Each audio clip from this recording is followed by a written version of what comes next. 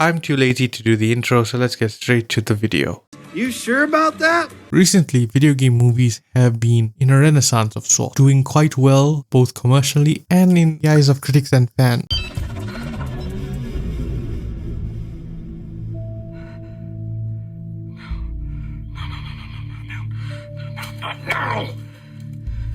Since it's inevitable that all these video game companies will turn their franchises into movies, I thought it would be interesting to look at a movie franchise that has perfectly encapsulated video game stealth and is quite well known: the Rambo movies. Recently, I've gotten into the habit of watching old action movies from the decades in which I was not alive for, like the 80s and 90s. And since watching those older movies, I've kind of fallen in love with some of them, like the Rambo movie. And after watching the Rambo movies in particular, I have discovered that they faithfully adapt video game stealth better than actual movies that have come out in recent times that have tried to. For example, the Hitman movie, which leaned way more into action territory than actual stealth.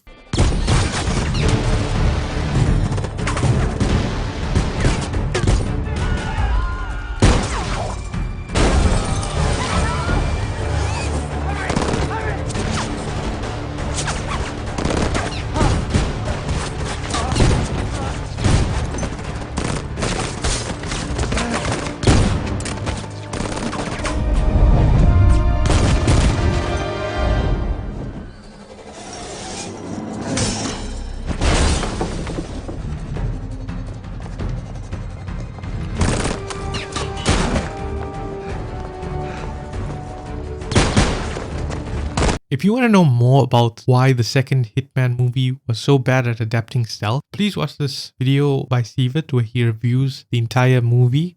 I'll leave a link to Sivat's video in the description below. Please check it out. The 3 scenes from 3 different Rambo movies which perfectly demonstrates how to adapt video game stealth on the big screen. I called for help twice and not a fuck you, what do you need or nothing. This first scene I've selected is from the first Rambo movie. You know, the movie where he doesn't kill anyone and goes non-lethal the entire time? Oh no, this can't be. Let me set the scene for you. So we have one man who has to take down a group of enemies while utilizing the environment and also not drawing too much attention, because if he were to fight all the enemies at once, he'd instantly die. Sound familiar? You got me.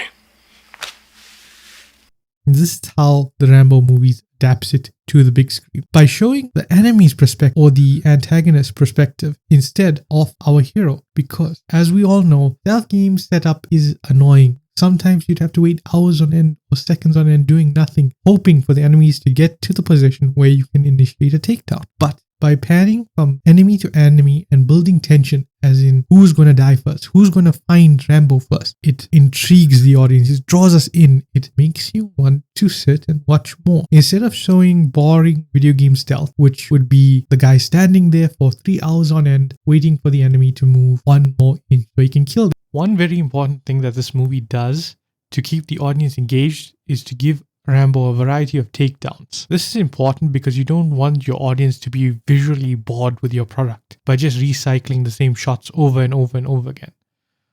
Rambo as well uses a lot of the environment to hide, and it's done so perfectly, with us being able to see Rambo in the slightest bit of the corner but not quite fully make him out until he attacks. The last thing I want to mention about this scene, and what truly makes it a masterclass in stealth, is the use of fear. Every time Rambo takes down a cop and allows him to scream out to his friends in pain, they slowly become more and more irrational, more and more unhinged, trying to be more and more tactical to outmaneuver and get Rambo, and also more desperate. And when you're desperate, you make mistakes. And the movie shows how Rambo capitalizes on those mistakes, just like in stealth gameplay. The scene is beautiful, powerful, and on top of that, it is very fun to watch. You're trespassing on my property. Get the hell out of my yard. JT, let me have this house. JT let you have my house. Yes. My shed. I want it. You're trespassing on my property. You didn't win shit in my yard. Wait. All of you. Daddy, chill. What the hell is even that? Get everybody out of my... Next, we will be talking about infiltration missions. More specifically, how it's done on the big screen. Now, this is from the second Rambo movie. And as you can see, There's very claustrophobic camera angles, which adds to the tension and overall dread of the scene. A very important thing that this scene establishes and shows is Rambo's goal and the reason why he has to stay silent, which helps the audience get invested in the action and is important to establish why we needed to do stealth and have the scene. Because if Rambo doesn't be quiet, find the hostages and escape silently, all of them are going to get killed. The last lesson the scene teaches us is that you have to make killing the last resort in infiltration. You want to get in as quietly and as seamlessly as possible without causing any disturbance or any suspicion to be aroused. Honorable mention to the bow for being a stealth weapon that is used and set up in this scene. Really nice touch.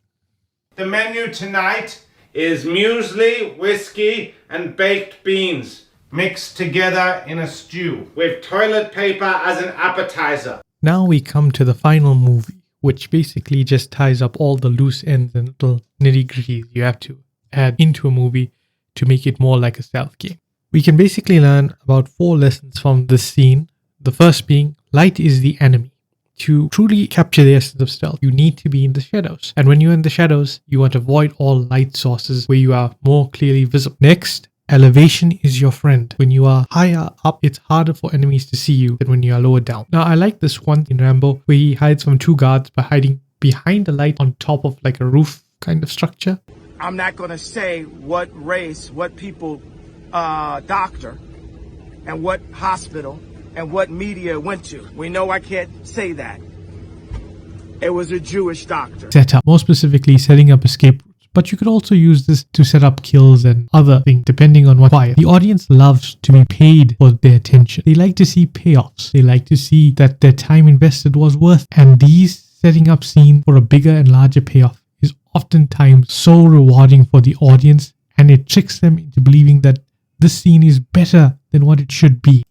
Last little bit of nutrients we're going to squeeze out of the scene is how to set up an alert. For those of you who don't know and somehow stumbled across the video about stealth games without knowing this, first of all, thank you for watching. I really appreciate it.